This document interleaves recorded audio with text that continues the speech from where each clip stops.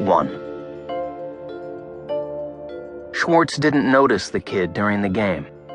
Or rather, he noticed only what everyone else did, that he was the smallest player on the field, a scrawny novelty of a shortstop, quick of foot but weak with the bat.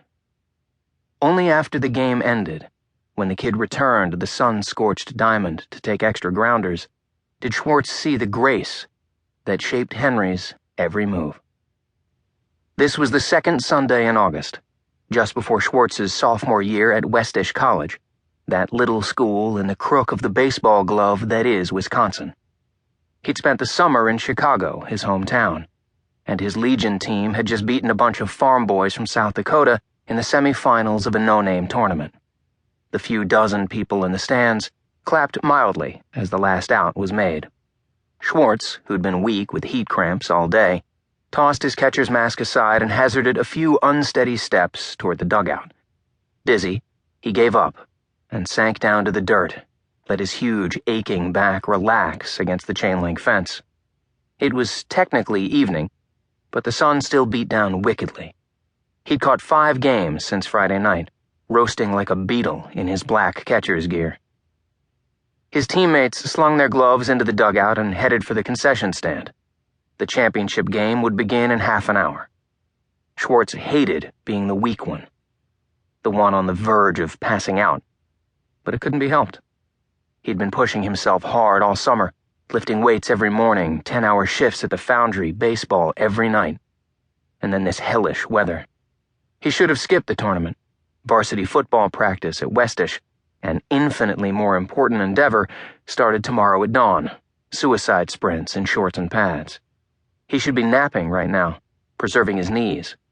But his teammates had begged him to stick around. Now he was stuck at this ramshackle ballpark between a junkyard and an adult bookstore on the interstate outside Peoria.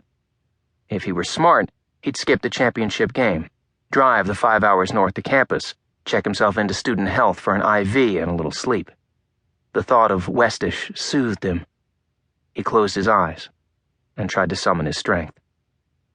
When he opened his eyes, the South Dakota shortstop was jogging back onto the field.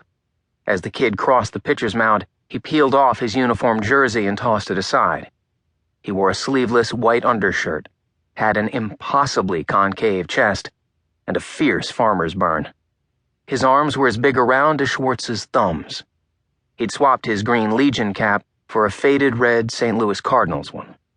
Shaggy, dust-blonde curls poked out beneath. He looked 14, 15 at most, though the tournament minimum was 17.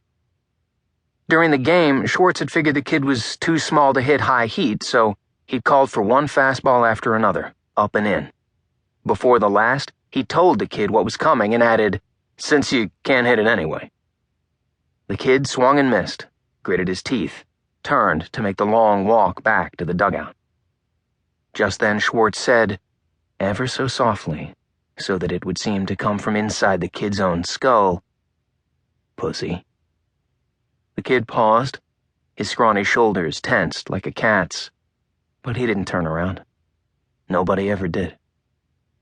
Now when the kid reached the worked-over dust that marked the shortstop spot, he stopped, bouncing on his toes and jangling his limbs as if he needed to get loose. He bobbed and shimmied, windmilled his arms, burning off energy he shouldn't have had. He'd played as many games in this brutal heat as Schwartz.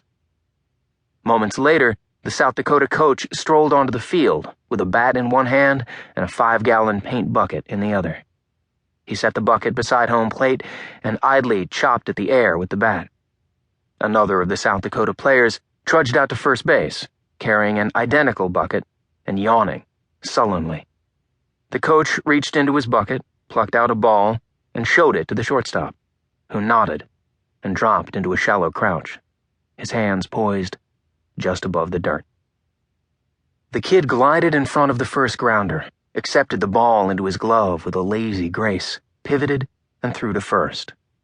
Though his motion was languid, the ball seemed to explode off his fingertips, to gather speed as it crossed the diamond. It smacked the pocket of the first baseman's glove with the sound of a gun going off.